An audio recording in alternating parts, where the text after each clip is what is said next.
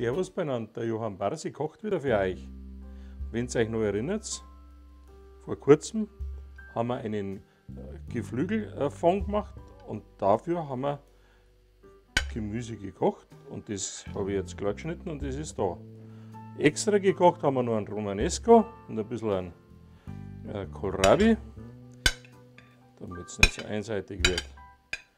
So, und daraus machen wir jetzt einen wunderbaren Gemüsesalat.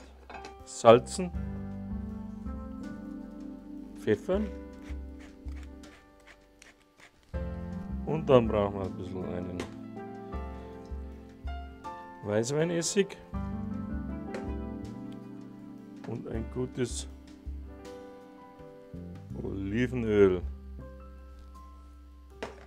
Jawohl. Extra viel Zucker brauchen wir nicht, außer man will es haben. Aber dieser weiße, sogenannte weiße Balsamico, da ist ja schon Saft mit drin. Und deswegen ist der von Haus aus ein bisschen süß. So schaut der dann aus. So, und jetzt ist die Hühnerbrust, die mache ich so, wie ich es von früher kenne. Man hat da früher alles verarbeitet, auch so ein gekochtes Huhn. Und dass das schön und knusprig wird, das zeige ich euch jetzt. Also man würzt diese geschnittene Hühnerbrust auch mit der Haut da. Dann kommt da Mehl drauf.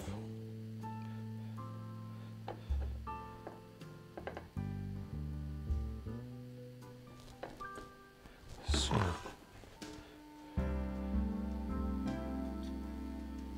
Schön Butter rein. So, vorsichtig, dass es euch nicht verbrennt.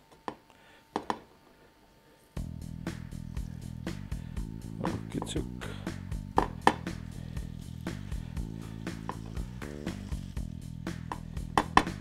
So kenne ich es von meiner Mutter und auch von meiner Oma noch.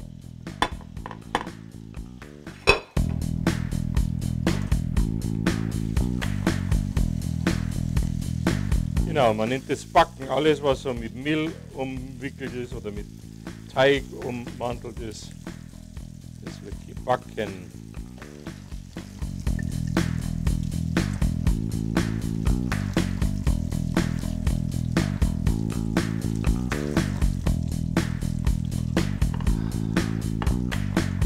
Sakradi, wie in meiner Kindheit.